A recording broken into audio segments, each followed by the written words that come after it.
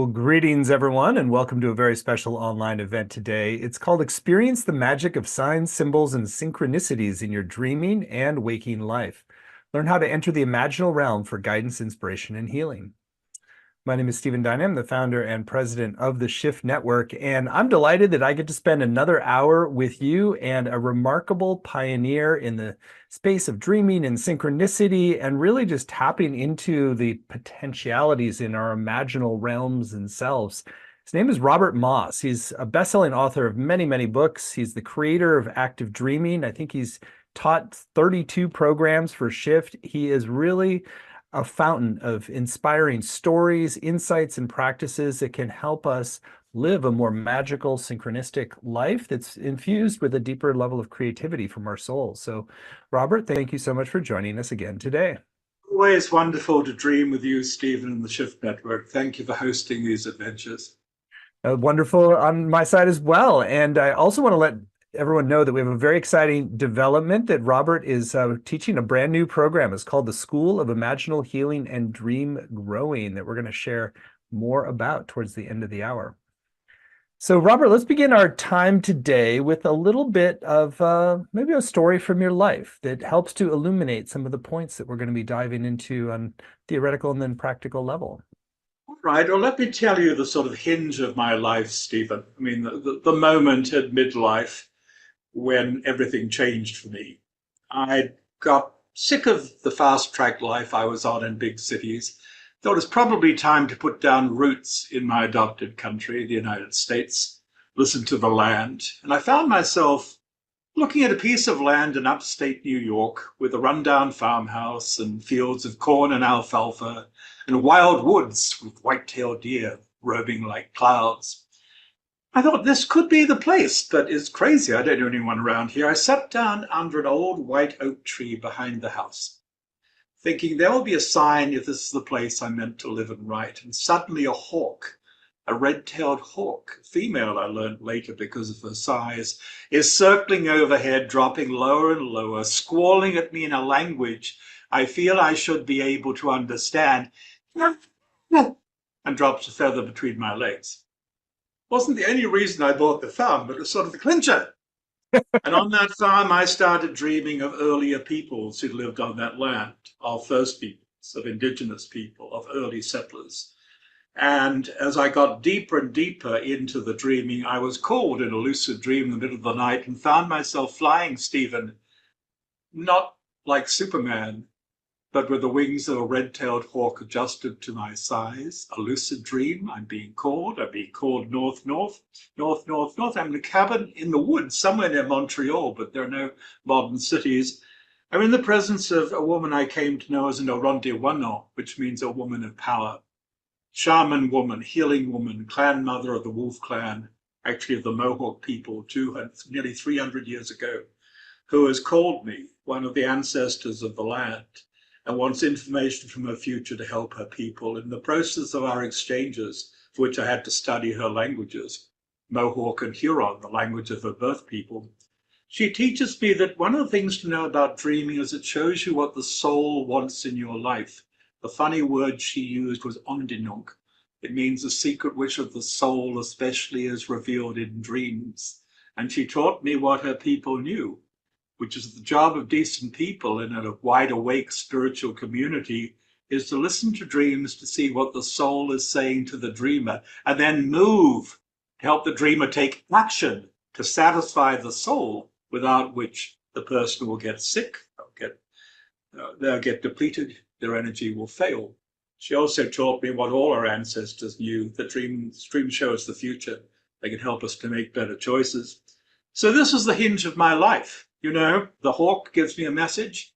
I'm guided to the Mohawk woman of long ago. And just to complete the loop for now, because I like following the rhymes in life, the poetic logic of life. When it came time to sell the farm, leave the farm to a woman who was going to look after it, the conservator of the land, and the white oak tree where I met the hawk, I needed to go back into the house after everything had been sold and the house was broom clean. I needed to check one more time, and I go into the family room which we had added to the house, and I hear a scuffling in the fireplace we had built in that family room. And behind the fire screen, I find a fledgling red-tailed hawk, a baby hawk that has somehow come down the chimney since my last visit. So my last action on the land that I bought because of a hawk is to carry the young hawk outside next to my heart and release it and watch it fly into the branches of the white oak tree where I met the hawk that gave me the message. So you see, there is a certain kind of poetic logic for life. Maybe you have to live long enough to notice it, or be lucky enough to notice it, or have Wow. your receptors, your antenna out, so you're paying attention. But Mm. that is an example, just to broaden it for everybody, of listening to what Aborigines in my native country, Australia, call the speaking land. The land is speaking, the hawk is speaking, the white oak tree is speaking. It's all alive, it's all speaking.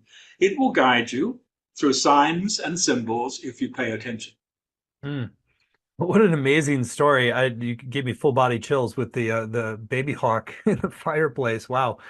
And so, as you've implied with an antenna out or really listening, that a lot of this isn't so much what we do, it's how open we are to what already is happening. And so, I wonder if you can share a little bit about how to prime the pump of our being and open in that deep way and be attentive to these potential synchronicities and symbols that are popping up around us. That's a great question. Let me preface my response with a general statement. I think that in dreaming, I know that in dreaming, often we get out there. I mean, there are many kinds of dreams. There are dreams that are comments on the spicy pizza you ate too fast last night, or routine processing of day material. But interesting dreams are often the result of you getting out there, traveling beyond the body and the brain into a deeper reality, meeting figures, sometimes guides and counselors and initiators out there. Through synchronicity, the powers of the deeper world come pushing or poking through the veils of our limited perception or everyday perception to bring us awake. It used to be said that coincidence is God's way of remaining anonymous. It's a secret handshake from the universe. That's part of the truth of it. So, how do you become more available to the signs and symbols that the world will give you through the play of meaningful coincidence, which Jung taught us to call synchronicity? Well, you need to be open and available. I mean, that's the start of it. I mean, you need to not be in headphone land all the time, or if you are in headphone land, you need to put yourself on Spotify or something without a definite plan and let something pop up. You need to be not stuck in the familiar groove all the time. If you are, probably a trickster force come into play in your life and take you out of that groove. Have you ever noticed that? When you're monomaniacal about a plan, you think you have to affect, you just have to do this, go this way, something gets screwed up, there's a door that won't open. You slip up because something is encouraging you to look for change. We live in an animate, conscious universe. This is the wisdom of the far distant ancestors, and I think it's the truth of our lives today. It's what quantum physics tells us is probably so as well. So here, once again, is where the ancient wisdom of the ancient dream shamans and modern science meet up. If the world is live and conscious, let's be available to pay attention to what it's telling us. That means developing some everyday practices that are simple and work. May I give you a couple that people might want to apply and take home with them? Well, Absolutely. here's a simple one. You've got a theme on your mind, right? Take it to the world.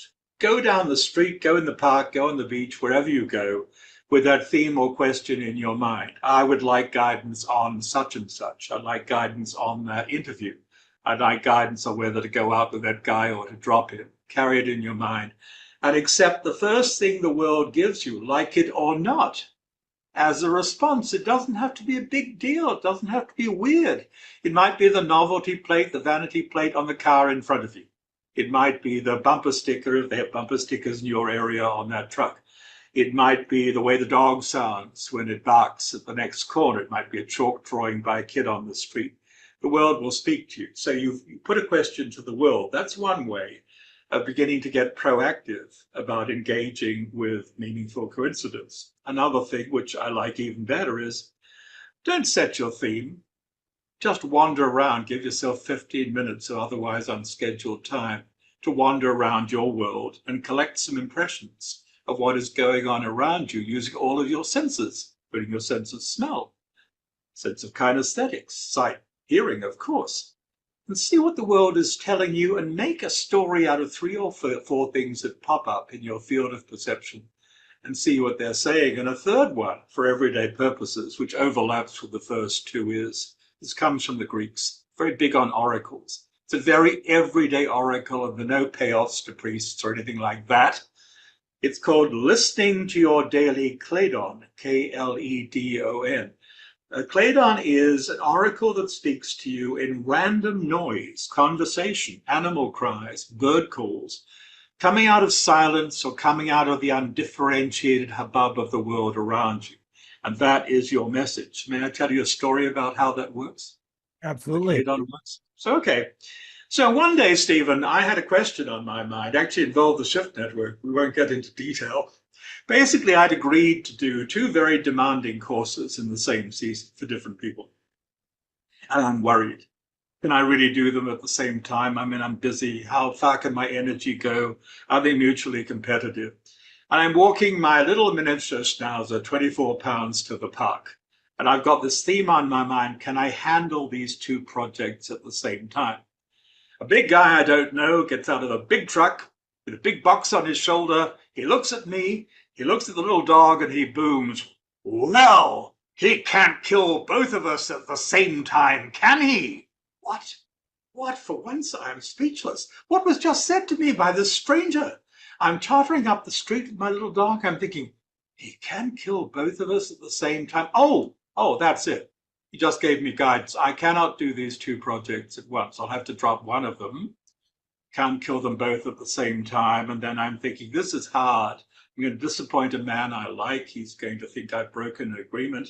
Takes me an hour to have the courage to pick up the phone and tell him I can't do it. And he's not pleased. And I say, let me tell you why. Okay. I tell him the story about the stranger on the street and the Claydon. He can't kill both of us at the same time, can he? There's a pause on the line, and then there's a deep belly laugh. Oh, you and that synchronicity stuff. Yeah, I get it, Robert. I would have had to make the same choice. No hard feelings. So if you're following the story, the stranger with the Claydon, with the unexpected statement on the street, gave me not only the right decision, he gave me the human, humorous way to convey that decision without repercussions, without bad feelings. So that's how it can work. It's beautiful, actually, if you're alive to it and alert to it. But your ability to be alive and alert to it depends on your recognition of your own magnetism, you see. We are magnetic. This is not a new statement, not a new discovery. You and I, Stephen, and everybody else attract or repel things according to the thoughts, feelings, energies, and stories we are carrying. There's a law of attraction, but in a hopefully a more subtle and intelligent way than it's sometimes marketed. We are magnetic, so let's pay attention to what we are carrying. Thoughts, feelings, already actions, they shape what is waiting for you around the next corner in terms of the encounters and the inventors and the events that lie ahead for you. Hmm. And so, if we're all deeply magnetic, then how does that, I'd love for you to explore how that translates into how we approach our dreaming and waking life differently. Well, I take it as a necessary practice several times a day to check my inner soundtrack. I mean, this is a simple point to begin. What's playing in your mind right now when you're out of headphone land? Maybe it's a song, maybe it's a tune. What is it? Maybe it's a thought that is repeated in your mind. Check it. And if you don't like it, see whether you can adjust it. You can't necessarily expel it, though sometimes you'd like to. But check what is playing in your mind, in your head, when you're not paying attention. I mean, that's a start to it. We're going to offer an experiential exercise in this class, I hope, in which people will have a chance to get in touch with a story that they might be living now, right now, maybe a bigger and braver story, because often unconsciously we go through life wearing and bearing the old tired histories, family dysfunction and past failures, stories of repetition, stories of woe, stories that bring us down instead of up. And part of harnessing the power of magnetism is to step out of the old stories as you would step out of worn out clothes as a snake drops its skin and go forward in a brighter and more attractive version, not to some fake artificial cosmetic getup, but as kind of energy you can carry, and then things will move around about you differently. They absolutely do. Very cool. I want to bring in this concept of chiromancer that I think is really important, and maybe if you could illuminate that term and how does that become an identity that we can step into? Well, I beat my head trying to come up with a new term for what Jung called synchronicity. I mean, coincidence is difficult. It's an accurate term, by the way. Coincidence in its Latin root just means things coming together. Perfectly good term, but nobody knows how to talk about coincidence. So Jung gave us the term synchronicity, which is a very limited term but sounds respectable. Synchronicity just means things happening at the same time. And that's not the main issue. That's not the main element in the phenomenon. Things can play out, things can rhyme over days, weeks, years, a whole lifetime, and that's sort of relevant too. So I didn't like synchronicity much, though I use it all the time because I say it sounds respectable and people don't start worrying. So what could I supplant synchronicity with? Old words, confluence, sympathy. I decided finally I would name the practice of navigating by synchronicity, of being ready, poised to recognize meaningful coincidence and do something useful in the moment when time starts working differently and you feel that the world has become personal and other powers are in play, because that defines how we feel about it. When synchronicity strikes, the hairs rise, goose flesh comes out. You feel that something has come into play beyond the obvious. We all know that. So I came up with the word chiromancy, for which I put together the name of a Greek god of time, other than Kronos. Kronos is the god of tick-tock linear time. Kairos is the frisky, slippery god of opportunity moments. He's portrayed as a young, naked youth, and you can't grab him when he appears. He's got a forelock, lock of hair hanging down over his forehead, hence grab time by the forelock. But usually he's gone before you can get him. He's slippery. He's the opportunity. He's the jump time. So Kairos, a special moment. Mancy is about divination. So chiromancy is about learning to read what's going on, to divine through special moments and being prepared in a special moment to seize on the opportunity. It's easier to illustrate these things by telling the stories than by being too conceptual about it. It's an absolutely non-linear subject. So let me tell you another story, if I may, about getting absolute guidance from a moment of Kairos time. So I was going to London and I was worried. I had some money troubles in my life. I'd changed from being a commercial thriller writer to being a dream teacher, and the transition wasn't well funded, to put it mildly.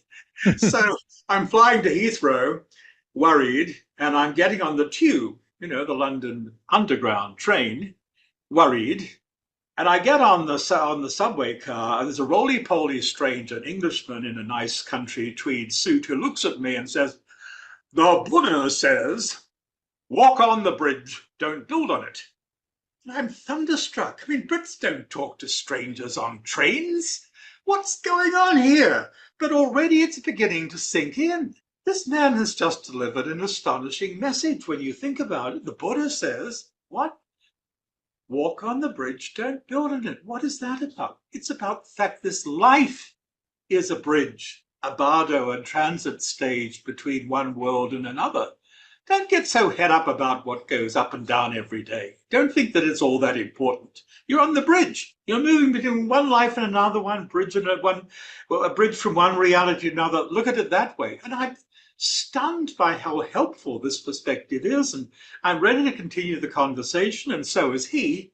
But now he's just an ordinary, pleasant English country gentleman. He talks about his garden, what it's like living in Malvern, his local pub, and I'm thinking, something seized you. Something spoke through your vocal cords. And I got it because I needed to. And out of this actually come some other rules about living by synchronicity and performing as a chiromancer. One of them is that you notice more of this stuff.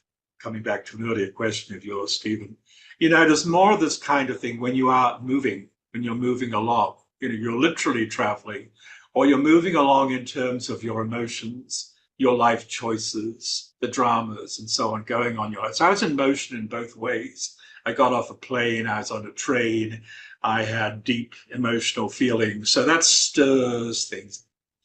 Another rule of synchronicity, navigating by it, is look for the hidden hand. Don't think that there are not unseen forces in the world that are interested in you and that they will show their hand without showing their faces sometimes. In this case, I think one of those unseen intelligences simply borrowed the vocal cords of the pleasant fellow from Malvern. That's an amazing story as well. You always have just such great stories to illuminate your points. One thing I'd like to dive a little deeper into is sometimes when people think about or talk about, working with synchronicity and the imagination, there can be this connotation that it's not real. But I think you really advocate for seeing the imaginal realms as real realms that we're learning to navigate, and that's in some ways more real than what we often see as our daily life. I'd love for you to share a little bit more about that Well, perspective. that's a very good question, too. I mean, first of all, I mean, everything that we perceive in the world around us is, in a sense, a product of our imagination or our lack thereof. I mean, I'm talking about ordinary reality now. I mean, we don't see things as they objectively are. Subjective and objective are completely interwoven. What we experience, what we think the reality around us, this microphone, this pen, this screen, is a function of my ability to perceive and indeed to imagine what is there. I mean, they say that when Spanish ships with sails arrived on the coast of Mexico, most of the Mexicans, most of the Aztec ruled population couldn't see them because they didn't yet believe that they existed. So, but you've taken the question much further. It's a place that I love to go. There is a realm of true imagination, which some of us have learned to call the imaginal realm, borrowing from the insights of the Sufi philosophers of the Middle Ages, a realm of true imagination where there are cities and palaces and temples and places of healing and initiation, which are altogether real, where humans can meet the more than human, where humans alive today can meet departed master teachers from different fields and disciplines, and where really interesting things go on. I know that these places exist, and one of the things that I do in my courses and classes is I guide people to places in the imaginal realm where they can do really interesting things, like find healing in an unexpected way, like meet an extraordinary teacher, like attend a kind of astral university where the classes might include subjects that you never contemplated taking at an advanced educational institution in this world. We'll have a taste, I hope, in this class of going to, let us say, a simple entry level space in the imaginal realm where nonetheless in a few minutes remarkable things can happen, a place where you can, for example, find information or inspiration in any field that appeals to you, maybe draw the attention of a teacher who is attracted to you by affinity, and maybe find a story you need for your life right now. I mean, I love taking people to places that are now well established in the imaginal realm, where, let us say, soul recovery is possible. You lost a part of yourself, maybe that beautiful child who left you when the world was too cold and too cruel. Maybe you can go to a place where she will draw close to you because it's safe and because you're fun and you're interesting and you have things to share. Maybe there's a place where you can go where a master teacher will guide you on the execution or completion of that project that is in your mind, the way that William Butler Yeats, the dead Irish poet, appeared to me once in a version of the Magic Library, called to me from the top of a spiral staircase, "What better guide to the other side than a poet?" and became my teacher for many nights as I wrote a book I published as The Dreamer's Book of the Dead about what might happen in the afterlife, which was of consuming interest to him in this world, and for which he tried to write a Western Book of the Dead. So who knows what teacher is waiting for you in the imaginal realm? Who knows what depths of healing are available to you in a deep blue lake of healing in the care of the animal powers who might be waiting for you and hoping for you and available to you. Well, I think those questions are a great lead in to the experiential that you're wanting to lead, where we really start to answer some of those questions for ourselves. So this would be a great time to do that. You want to go ahead and lead us in that That would journey? be wonderful. Let's just thank you, Stephen. Let's just say as preamble, this is very much about identifying and carrying the energy of a story that is looking for you. You may know that story already. I don't know. I mean, sometimes I ask people to find the character that they most resemble as they think about it in life right now. Is it Cinderella or is it Scheherazade? Is it Odysseus? What character from folklore or mythology or the movies do you feel corresponds in some way, maybe on a larger scale, to the life you're living in its dramas? The story is the exercise is about going to a place where you can ask to connect with a bigger and braver story for your life, the story for your life you need now. So that's your theme. Let's just put it as an intention. I've come here to find the story I need for my life right now. How about that for a theme? It might or might not involve consciously stepping out of an old, limited, tired, stale story from the past. Might or might not involve that. Okay, let's get to it. Let's get to it simply, cleanly. First of all, get your lovely body in a comfortable, relaxed position. Comfortable, relaxed position. You might want to close or half close your eyes. We will put an image up on the screen in a moment, which you're welcome to use. But the image I'd most like you to use as your portal for the journey. We're going to do 5 minutes of shamanic drumming to shift consciousness and give you fuel and focus for the journey. The image I'd really like you to use as a portal for the journey will be very familiar to you. Something coming from your life memories. So let me slow down and put it to you like this. Right now, you are remembering, you are recalling a place like a library, a bookshop, a gallery, a museum, maybe from early in your life. A place where you're exposed to new ideas and images and excited by them. That painting, that map, that book, that sense of possibility. We all have places like that. You might have many. Maybe the image that is emerging as a composite, that would be fine. Maybe it's that simple used bookstore on the corner. Maybe it's a library at your elementary school. Maybe if you're lucky, it's a library in your home, which is there right now. We'll call it the Magic Library. So take a moment. Could be a cinema. I think it's more likely to be a library, a bookshop, a museum, a gallery this time. Let that image form in your mind, and when the drumming begins, you're going to find yourself approaching the entrance to this space. So there might be steps, there might be doors. When you step through, you're going to find there is a custodian, a caretaker, a librarian, someone like that, who might ask you to put something down. Let's pay attention to this. You might find, to your surprise, maybe that you're carrying something, it might be quite heavy, it might be quite bulky, that you don't need for this journey. And your greeter, your welcomer, looks at you and you say, I've come for the story I need right now. And they're going to take you into the depths of the building, and the building might change remarkably. You might find it opens out into a courtyard or an orchard, a fountain. Might be all sorts of things you go beyond any library or bookshop you remember. That's fine. You might find it has many levels. You're going to be guided to a place in the building, in the Magic Library, where you will be given a taste, a glimpse of that larger story, that story you need right now. Maybe you'll be privileged to meet a teacher, a guide in some form, available to you and relevant to you, drawn by affinity, drawn by common interests, common purposes, common passions. So, once again, get your gorgeous body in a comfortable, relaxed position. Follow the flow of your breath for a moment.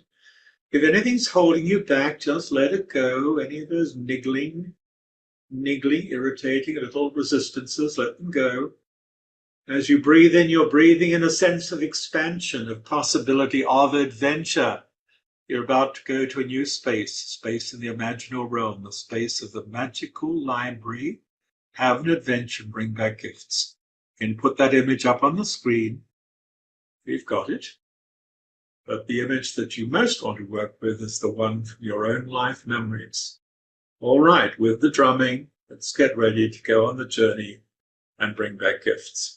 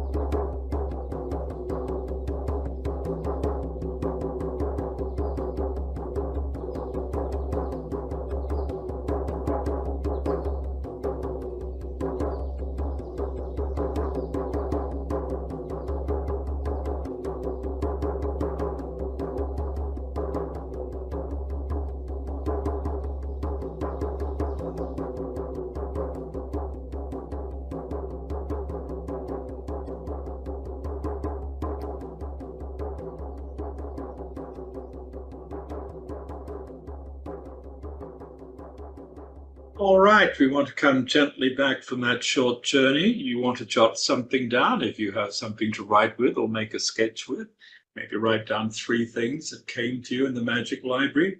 And remember, if you found the space opening to you, you can go there again. 5 minutes isn't much TikTok time, but it's a start. Stephen, you're a bold fellow. Are you willing to share something of what happened for you in the magic library? Yeah, I had more of an image of an owl, which was interesting. I haven't had a particularly strong connection with owls, but then I was having more of a sense of like the vision, like seeing through the eyes of the owl, of like being able to fly above things and see with great precision from a distance. And then the last part was sort of felt like it was starting going into almost like a more colorful zone, like rainbowish or something. There was something about the precision vision of the owl and the kind of more rainbow kind of Love world. it. I love it. So, if this is the story you're bringing, what is a title for your story of the owl and maybe the rainbow? Uh, Clear seeing. How do you feel? Feel good. Yeah, I feel good. Any Yeah, past connect? You mentioned something about the owl. Then, any past connections with the owl? I mean, I have the association with wisdom in general, and sort of, I was kind of fixated a little on the kind of yellowish eyes, like they're kind of have that deep yellowish kind of color. Any possibility you'll have an owl encounter in the future, either literally or that you'll find yourself mythically or in terms of inner vision growing this kind of wisdom and this kind of perception? Yeah, could be. I mean, Hey, yeah, I think, I mean, I was doing sort of both kind of in it, but also a little bit reflecting as I was going. And I do have this sense of it's like being able to see both far and precisely. yes. Sort of what I was associating with is like that wider vantage point and kind of perceiving things from that standpoint, but Yes. also like exacting as well. Yes, what a gift. If it's my dream, I'm remembering that I really felt that I was saved. I'm not hyping this. I was having some really difficult experiences. Actually, it was in Turkey some years ago. And the owl of Athena turned up. I mean, Athena is one of the wisdom goddesses associated with the owl. The owl has many wisdom associations. Without going through the details, one of the things that happened was that for a time I felt I could see through the owl's eyes, with the eyes of wisdom and vision, exactly as you described it from the Hmm. library. It was an extraordinary feeling. And without going through the details, I felt that I was gifted through the wisdom eyes of the owl, the eyes of the owl of the goddess of wisdom, through a very difficult and confusing phase of life. And I'm forever grateful for that. And I Hmm. remember working with shamanic types who were very close to the owl. I feel close to the owl, but people even closer than me. We would do exercises to see if we could take on the night vision of the owl, the ability to turn your head through a much larger Oh, radius than humans can do. So there is an immense gift of vision and perception and wisdom for me here. So as I go forward, Stephen, if it's my story, I'm going to delight in picking up more stories about the owl from different folk yeah. and wisdom traditions, from observing the owl in nature, and from practicing, even just in a playful way, growing my power of night vision, growing my power to develop a peripheral vision far beyond human possibility. It's a great Hmm. assignment. Hmm. I've been doing more advising and coaching of others around visionary strategy, and so it also feels like it's something about claiming that internal capacity or identifying with the owl, so that it's like imparting that precision of vision and being able to see far and deep or at night. That feels it feels important. I remember Mary Oliver called owls flying Buddhas. So my bumper sticker on this might be, I'm going with the flying Buddha. By the way, we just did in a light-hearted, sort of non-formalistic way, which is actually the way I like to do anything, including the most serious things. But we just demonstrated, in what, 1 minute, my favorite technique for sharing dreams or stories. I call it the lightning dreamwork technique because it's meant to focus energy like a bolt of lightning. It makes it possible and delightful to tell a story to someone else, a dream or a personal story, and get some feedback and some in the right way, non-authoritarian, Mm. non-fishing expedition, if it were my life, if it were my dream kind of way, and some guidance on going forward with the energy and the healing of the story and life. We need processes like that. We need to learn to talk to each other better. And as we do that, we get better at telling our own stories, and there's great power in that. You know very well, as a storyteller yourself and one who facilitates the power of story for other people, there is great power in being able to tell your story so others want to hear you. There's great power in being able to say things crisply, effectively, bluntly if necessary. So in one-liners that get across. When you learn this kind of process for sharing stories, including dreams, on a regular basis with other people, you get much better at that. You not only become a better storyteller and communicator, you become a better story maker, able to make more of life, claiming your voice and claiming power beyond the ordinary. That's what all my courses are about, actually. Whatever we say they're about, they're always about growing the power of story in all those senses. Hmm. That's really such an important point you're making about how the power of story is the power to make reality and to literally shape it Yes. into being. There's one other area that we said we would cover today. I want to make sure we spend a little time on this notion of dream transfer Oh, practice. yes, yes.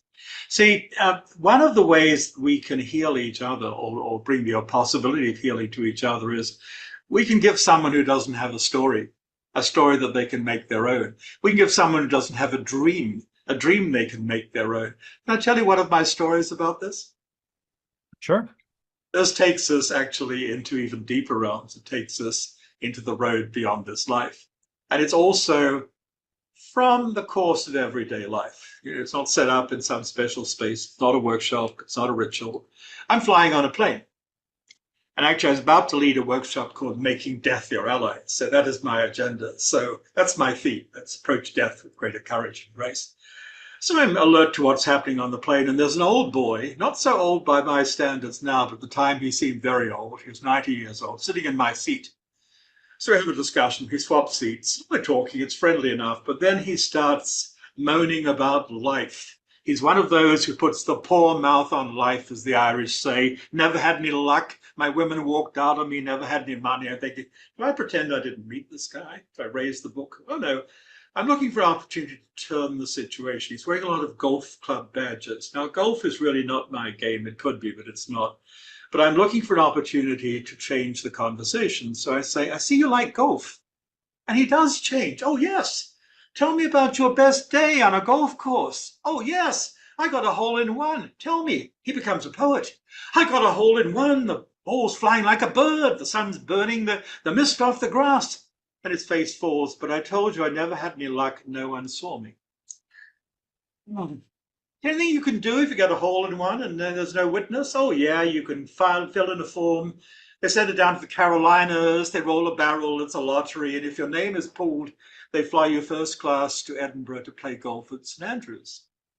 I am desperate. I have no higher purpose except to survive the flight, but I'm starting to do dream transfer. You'll see the point of the story in a moment without naming it. I say, I've got a movie of your life going through my mind, Jack. His name is Jack. Would you like to hear it? Movie? Oh, sure. You filled in that form. You won the lottery. You're flying on a silver jet to Scotland. You're drinking silver malt scotch. Single malt scotch? Oh, yes. You're out on the links. How am I doing? Oh, you got a birdie on the first hole. My golf language is not good. Third hole, I've got to change my story. Jack, you're at the third hole, and there's a beautiful woman waiting to meet you. Oh, what's she look like? I don't know her taste. Oh, I don't know, willowy and curvy. What about her hair? All reddish. Never had any luck with redheads, says Jack. Oh, the early light, trick of the light. Anyway, I've got him in the story. I've got him captivated with the story. He's met this beautiful woman on the golf course, and now she takes you by the hand, Jack, and she's taking you into the building. Shh, shh, kill him now. He's in the building. It's a library. It's a library of the university, Jack. Oh, okay.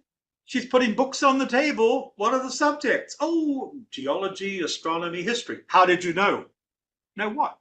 Those are the subjects I would have taken in college. I'm a high school dropout. I never took. I've given him a story that is living with him. It's working on him. He wants to go over the details again and again. Without any direct reference to imagination, dreams, death, anything like that. By the end of the flight, he's told me he's going to write to the women who walked out on him and make all well. He's going to deal with his estate matters. And I know as we part company that when he leaves this earth, he'll be flying on the silver jet that is not necessarily going to Edinburgh in Scotland. And he writes to me a week later and he said this changed everything for him, changed his view of life and death. That is an example with the informality, the colloquialism of making it up as you go along in the midst of everyday life, of how you might be able to transfer a story to someone who needs one. He needed a map to the next world and a reason to clean up his act in this world and get ready. And he got it. So that's an example of the dream transfer. Well, In the that is an amazing story. I mean, it really speaks to like how powerful our stories are in terms of shaping our entire yes, existence, that just bumping him onto a different trajectory there with a new story changed Stephen, his life. well said, Stephen. I just have to end this. We're all living stories. We live by stories. If you don't know you're living a story, you're probably living the wrong one. You're probably living unconsciously something handed down to you, shabby, tired, confining. Maybe it's time to step out of that, step into the power and the greater air, the greater expanse of a bigger and braver story of you. Hmm. Well, Robert, I think we should spend some time now talking about your upcoming program because in many ways that is the deeper purpose of taking a whole course with you. It is a restoring of your life and a restoring of your potential and an access to higher dimensions of yourself that can bring forth aspects of the story that need to be birthed. So this program is brand new. In many ways, it touches upon so many of the themes that have made Robert's courses so popular over the years. With 32 courses. This is called the School of Imaginal Healing and Dream Growing. More techniques of active dreaming to expand your imagination and of powerful healing stories. So it's really marrying two different things. One is opening the imaginal realm in yourself, and the second is storing that into a new life in many ways. So it's like this, as you're growing new dreams and visions out of the depths of yourself, and you're able to manifest those in more magical and synchronistic ways.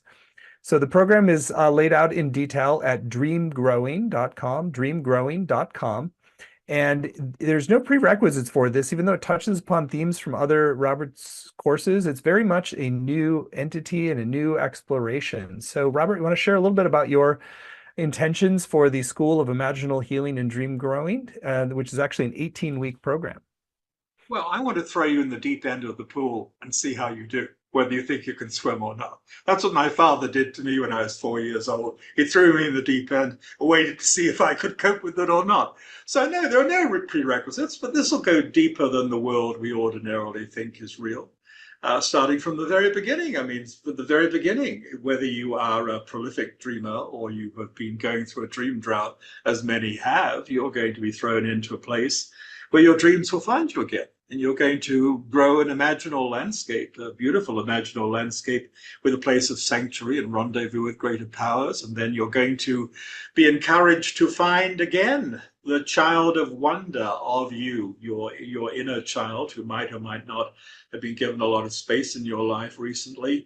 My youngest daughter, when she was not yet 4, said to me, "Daddy, do you know how I get to this magic kingdom?" Which she had described me, her own magic, not anybody else's. "Oh, remind me." "Oh, Daddy, sometimes I take the sun gate. Sometimes I take the moon gate. Sometimes I take the tree gate. Sometimes I take the rainbow bridge. And sometimes I punch a hole in the world."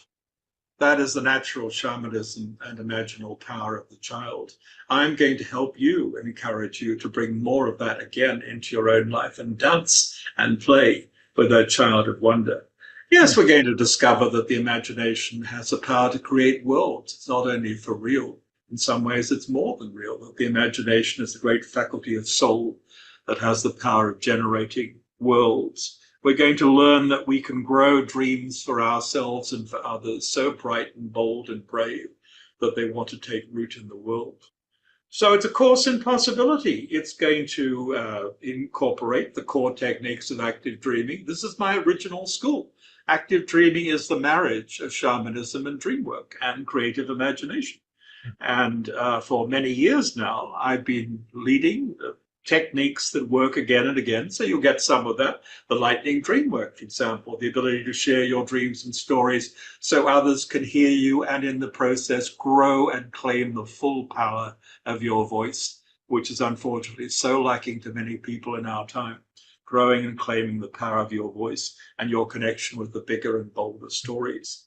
We're going to learn the dream re-entry technique. People want to be lucid dreamers. Fine, be a lucid dreamer, but why fail to notice? The easiest way to become a lucid dreamer, the most effective way to be a shamanic journeyer too, might be to take an image that you have, an image that belongs to you, and learn to travel through it. Maybe it's a nightmare you've been running away from. Maybe it's a challenging scene that's come to you in the night. I can teach you if you don't know already, and I can deepen your practice if you do know, how to take a personal image and journey through it and make it the launch pad for an adventure in shamanic dreaming in which you resolve a nightmare terror and achieve healing or resolution, or go on a romantic adventure from a dream that started was interrupted by the alarm clock or the business of the day, or meet a departed loved one with whom have a full conversation. I can teach you to do that. Dream archaeology is part of the agenda. What is that? It's developing your ability as a shamanic lucid dreamer to travel into any culture or tradition that is calling to you and have a real experience of what the living identity of that culture and that tradition is and bring back gifts. I mean, I've led groups to an ancient temple of Athena at Priene in Anatolia in Turkey. I've led groups to an ancient temple in Gloucestershire in England. I've led groups to Machu Picchu. I've led groups to other places across time and across space, groups sometimes with many people who have brought back converging reports, travel reports of encounters and discoveries from across time and place, which are then checked out with scholarly research. So this is cutting edge stuff. I mean, I like history, and perhaps more than most people do, but most of us are interested in entering ancestral territory and discovering not only how our blood ancestors might have lived and might have to say to us, but how the ancestors of our spiritual family are, how the ancestors of the land are, how we need to connect with the ancestors in all these levels, and we can do it in a time beyond time. So, I mean, that's part of this. It's learning more about your multidimensional family. It's learning what it means on a human level to live in the many worlds, all the parallel universes, where every choice that you make spins off a parallel universe. So there's another you walking along that road just there. I met another me 2 nights ago doing what he's doing. It was very interesting. I'm not really jealous of his life, but I like the fact that I can look in on it and borrow things from it. This is just a taste. I mean, it's a deep dive doesn't begin to describe it. You do the deep dive within 5 minutes in class 1, and then you go on swimming for 18 weeks. Well, it's going to be an amazing program and adventure for folks who choose to join. And we don't have time to go through all the 18 modules in depth, but maybe I'll just try to read through the titles and maybe tease out a few other things that you haven't covered yet. So Module 1 is the Office of Lost and Found Dreams. Module 2, Punch a Hole in the World, Dream with Kids and Your Own Magical Child. Module 3, Theriomorphic Healing, Dreaming Your Animal Spirits. That's intriguing. You want to share a little bit more about that? Well, the quickest way I know to raise people's energy and vitality is to connect them or reconnect them with their animal spirits. I mean, in the belief of most indigenous cultures, you and I are born with a certain connection with an animal spirit. The Aborigines in Australia talk about your bush soul. In many societies, you're born into a totem, so you are wolf or bear as well as everything else. But then there are other animal allies that you might attract to become part of your energy and identity. In Iroquois, and it's called the Ayarun. The Ayarun is an animal spirit that lives in your body, can actually be sent out to do things at a distance on your behalf, help someone else if you like. So, let's connect with our authentic animal spirits. And as we do that, we begin to discover the natural path of our energy. We learn that we need to feed and honor the animal spirits that are closest to us at this moment in our lives. And, we gain energy and clarity, and sometimes our sensorium expands. You and I were talking about how your connection with the owl could literally expand your power of vision and perception. I mean, this is what happens. You have a canine connection You betcha your sense of smell is going to be much stronger than it is when you're merely in your human mode. So I mean, so this is fun. It's fun, and it is fulfilling, and it is very, very enlivening. Great stuff. Module 4 then goes into practicing shamanic lucid dreaming. Module 5 is keep your secret book of night and day. Module 6, become a chiromancer, which we discussed earlier. Module 7, get to know your dream doctor and create a pharmacy of healing images. We haven't discussed that. You want to share a little bit more about that? Well, I'm in complete agreement with Mr. Jung on this. Actually, I'm in agreement with Mr. Jung on many things, so I'm not a Jungian. He wasn't either. If you're prepared to work with any image that belongs to you, you can develop it in the direction of healing and resolution. Even a terrifying image, you can work with it if you're willing to do the work. He called that active imagination, which is a good term and a good practice. I often think of it as more dream re-entry when you're going to get into it. But let's just say this as a basic. Your dreams are constantly giving you diagnosis, if you like, an X-ray or even MRI of what's going on in your body and in your emotions and in your mind. This is going on every night. And one way to look at dreams is to ask, okay, what is this showing about the behavior of my body? I had a war scene last night. Is something in my stomach at war with something else in me? Or is there some emotional war in my life or in my relationships I need to pay attention to? Or is that about the Ukraine or the Middle East or something else? So, there's a diagnostic aspect, and then there's this. Dreams do give us images we can work with and develop and just cherish sometimes. They can help us to stay well or get well. So this is about learning that you have a fantastic factory of pharmaceuticals inside you, really driven by your dreams. If you'll just pay attention and gather some of those dreams and hold on to them and do the appropriate things with them. Great stuff. Module 8 then goes into dream your future and change it for the better. Module 9, create your living totem pole. Module 10, subtle bodies, astral projection, and psychic well-being. We haven't talked a little bit about the subtle bodies and astral projection. That'd be interesting to hear more about. One of the silliest things about general Western understanding about body, soul, dreaming, life, etc., is that many people seem to be uncertain not only whether there's anything called soul and spirit as well as body and brain, but about the fact that we might have more than one soul, spirit, or unit or vehicle of soul or spirit. This is very clearly addressed in the East, and people into Eastern traditions are quite familiar with the idea that we might have multiple vehicles of soul or spirit. Every indigenous culture that I've ever studied understands that we are not just body and mind or body and soul. We're at least three.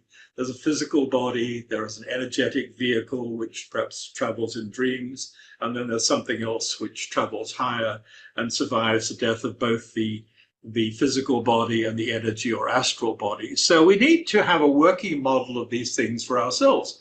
There's not a standard version. I mean, there are differences in traditions because there are differences in reality between how subtle energies and subtle vehicles operate and are formed and dissolved sometimes in different traditions. One of my friends from the Iroquoian tradition says, people don't all have the same number of souls. Really? How does that work? Well, I know Zedzots, a shaman, might have an extra soul, for example, or a couple more.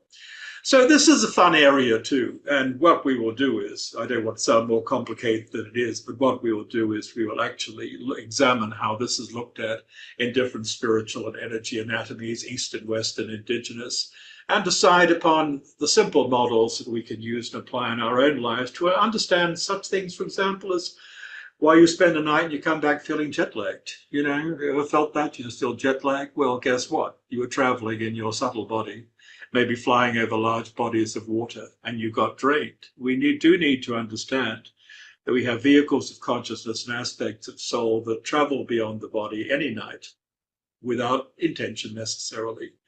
And this is both great opportunity for adventure, and does also present the need to pay some attention to travel safety concerns.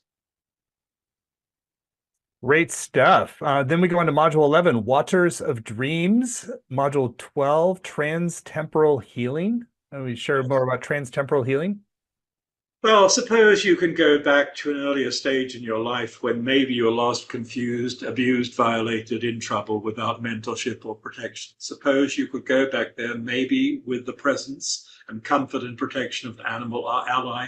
Maybe great mama bears get to come with you, for example. when you meet, hold, and embrace that vulnerable child you and give her the reassurance and encouragement and sense of protection she lacked at that difficult stage in your life. Maybe you need to go back to that arrogant, full of himself, younger version of you. I'm talking about myself now in his 20s, who thought he knew more than he did, and tell him, hey, just cool off a bit. You're not necessarily right about this. So take a step back. Maybe you need to offer counsel and mentorship as one who's lived through a lot more, seen a lot more of the world to that younger self.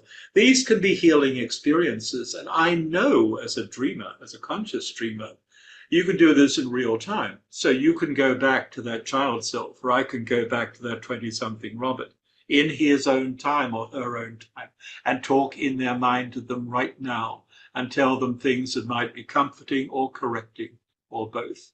I mean, this is what have we got to lose by trying this? It's incredibly leading edge in our capacity to offer counsel and healing to different versions of ourselves and help others to do that.